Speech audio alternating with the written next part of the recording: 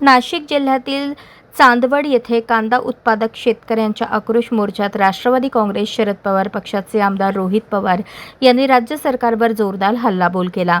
कांद्याला प्रति क्विंटल 2400 रुपये भाव मिळावा या प्रमुख मागणीसाठी शेतकऱ्यांनी मुंबई आग्रा महामार्ग रोखून आंदोलन छेडले होते। आंदोलनादरम्यान शेतकऱ्यांशी संवाद साधताना रोहित पवार यांनी मुख्यमंत्री देवेंद्र फडणवीस यांच्या कांदा खरेदी घोषणेवर टीका केली। महाराष्ट्रात तब्बल 70 लाख टन कांदा पिकतो आणि सरकार फक्त 2 लाख टन कांदा खरेदी करणार असेल तर ही शेतकऱ्यांची थट्टाच आहे असा घणाघात त्यांनी केला। कांदा उत्पादकांना थेट 24 रुपये प्रति किलो दर मिळालाच पाहिजे अशी ठाम भूमिका घेत रोहित पवार यांनी सरकारला शेतकऱ्यांच्या मागण्यांकडे गांभीर्याने लक्ष देण्याचा इशारा दिला। आंदोलनामुळे काही काळ महामार्गावरील वाहतूकही विस्कळीत झाली होती।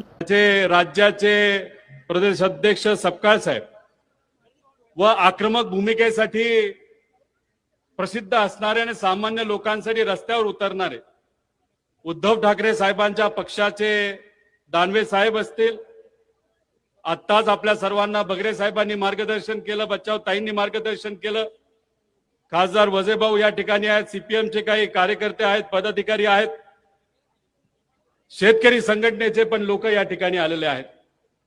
मी भाषण करणार नाही, मला फक्त तुम्हाला सर्वांना काही प्रश्न विचारायचे।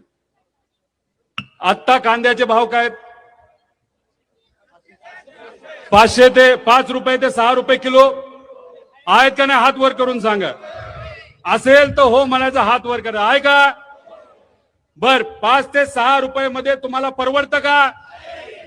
आपल्याला उत्पादक खर्च किती येतो? 18 ते 20 रुपये येतो का नाही येत?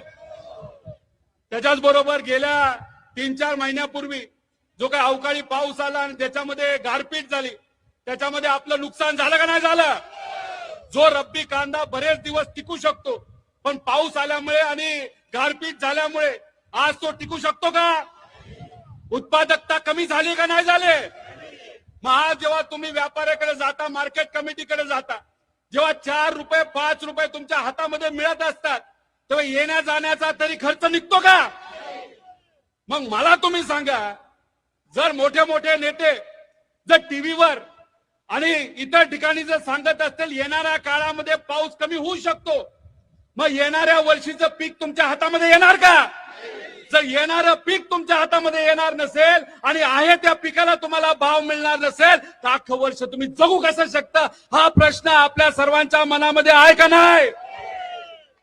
आता 18 तारखेच्या आधी पवार साहेबांनी आम्हा सगळ्यांना सांगितलं, उद्धव ठाकरे साहेबांनी त्यांच्या पक्षाला सांगितलं, काँग्रेसच्या नेत्यांनी त्यांच्या पक्षाला सांगितलं, लोकांसाठी रस्त्यावर उतरावं लागेल। 18 तारखेला तुम्ही आपण सर्वजण लासलगावला गेलो होतो का नव्हतो? फक्त संवाद करण्यासाठी गेलो होतो, लोकांची अडचण समजून घेण्यासाठी गेलो होतो। तिथं 3-1 हजार लोक आली। मग हे सरकार कुठेतरी घाबरलं। सरकार घाबरल्यानंतर कलेक्टर साहेबांनी रिपोर्ट पाठवला, तो मंत्रालयाकडनं केंद्र सरकारकडे पाठवण्यात आला। आपल्या मागण्या काय होत्या? आपल्या मागण्या होत्या, जेव्हा 2023 मध्ये इलेक्शनच्या आधी देवेंद्र फडणवीस साहेबांनी किती रुपयाचा भाव डिक्लेअर केला होता? मागच्यांना विचारतो, किती रुपये होता? 24 रुपये होता। इलेक्शनच्या आधी 24 रुपये आणि मतदान घेतल्यानंतर किती? 12.5 रुपये। हे आम्हाला नाही पटलं आणि मग 18 तारखेला आपण सगळ्यांनी मिळून आंदोलन केल्यानंतर या सरकारला नरमावं लागलं। त्यांनी 15 रुपये 18 पैशावर आता रेट दिला, म्हणजे त्यावेळेच्या आंदोलनाला आपला 3 ते 3.5 रुपयाचं यश मिळालं।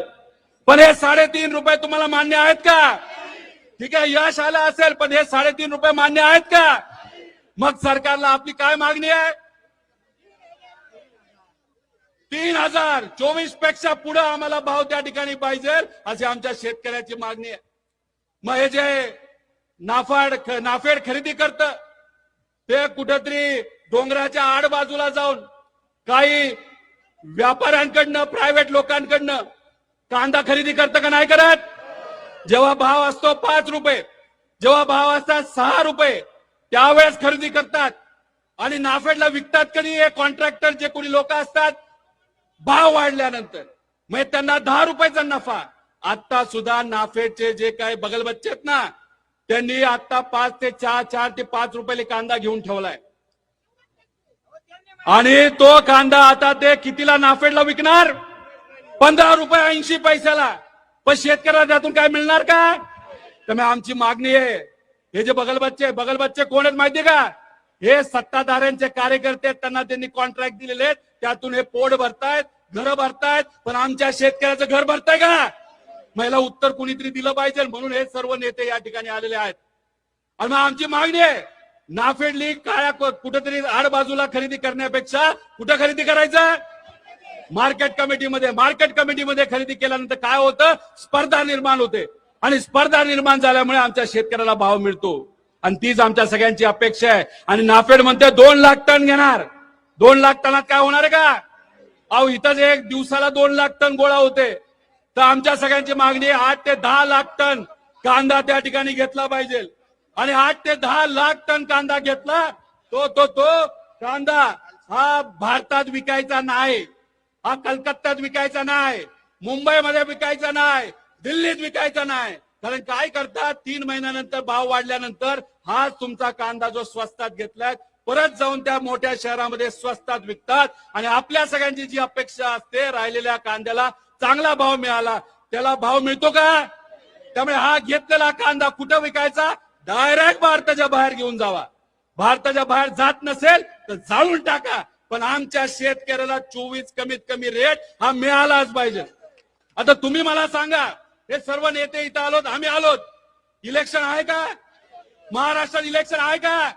पण आलो ना तुमच्यासाठी का? खऱ्या अर्थाने सामान्य लोकांच्या पाठीमागे भक्कमपणे उभा राहण्याची भूमिका आमच्या नेत्यांनी आम्हाला सांगितली, आणि त्याच दृष्टिकोनातून तुमच्यासाठी इथं आलेलो आहे.